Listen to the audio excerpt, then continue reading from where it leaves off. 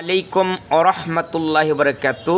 আজকে যে বিষয়টি নিয়ে আলোচনা করব, আল্লাহ তাআলা আমাদেরকে কতটুকু মহব্বত করেন।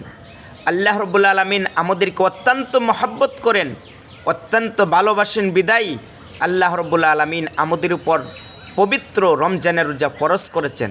তার জ্বলন্ত প্রমাণ হলো এই, হজরতে আবু হুরায়রা রাদিয়াল্লাহু তাআলা আনহু তিনি বলেন, নবী করিম সাল্লাল্লাহু আলাইহি ওয়াসাল্লাম বলেছেন, আমার উম্মতদেরকে এমন 5টি জিনিস দেওয়া হয়েছে যা অন্য কোনো নবীর উম্মতদেরকে দেওয়া হয় নাই।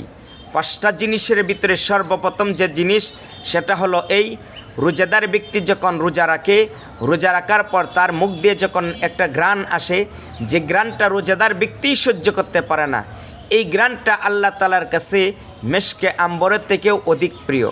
নবী করিম সাল্লাল্লাহু আলাইহি ওয়াসাল্লাম বলেন, দ্বিতীয় নম্বর জিনিস হলো এই, রোজাদার ব্যক্তি যখন রোজা রাখার পর সে বাড়ি থেকে মসজিদে যায়, মসজিদ থেকে বাড়িতে আসে, আবার বাড়ি থেকে যখন বাজারে যায়, বাজার থেকে যখন বাড়িতে আসে, এই রাস্তার পাশে যত আল্লাহ তাআলার সৃষ্টিকুলের জীব থাকে, সমস্ত জীব ওই রোজাদার ব্যক্তির জন্য দোয়া করে তো করেই, সেই ব্যক্তি যদি নদীর পাশ দিয়ে যায়, নদীর পাশ দিয়ে যাওয়ার পর নদীর মাছ পর্যন্ত ওই রোজাদার ব্যক্তির জন্য দোয়া করে, আল্লাহ তুমি তাকে মাফ করে দাও।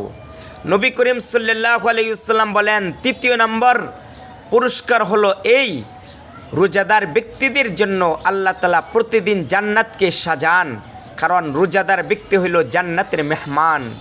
নবী করিম সাল্লাল্লাহু আলাইহি ওয়াসাল্লাম বলেন, চতুর্থ নম্বর পুরস্কার, রমজান মাসে আল্লাহ তাআলা শয়তানদেরকে শিকলের ভিতরে বন্দি করে রাখেন। পঞ্চম নম্বর পুরস্কার, নবী করিম সাল্লাল্লাহু আলাইহি ওয়াসাল্লাম বলেন, রমজানের শেষে আল্লাহ তাআলা রোজাদার ব্যক্তিদেরকে মাফ করে দেন। এমন সুযোগ পাওয়ার পরেও আমরা যারা পবিত্র রমজান মাসে রোজা রাখি না, পবিত্র রমজান মাস পেয়ে গুনাহ মাফ করাইতে পারি না, তাদের মতো হতভাগা এই দুনিয়াতে আর কেউ নাই। হাদিসের ভিতরে ওই ব্যক্তির জন্য বদ্দ এসেছে, আর বদ্দ করেছেন হজরতে জিবরাইল আলাইহিস সালাম, সাথে আমিন বলেছেন আমাদের নবী সাল্লাল্লাহু আলাইহি ওয়াসাল্লাম।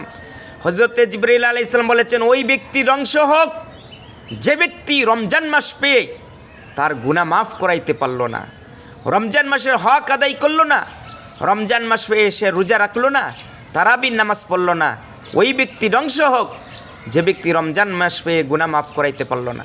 তাই আসুন সকলকে হাত পাও ধরে বলতেছি, পবিত্র রমজান মাসের পরিপূর্ণভাবে হক আদায় করুন, রোজা রাখুন, তারাবির নামাজ পড়ুন, আল্লাহ তাআলার কাছে তওবা করুন।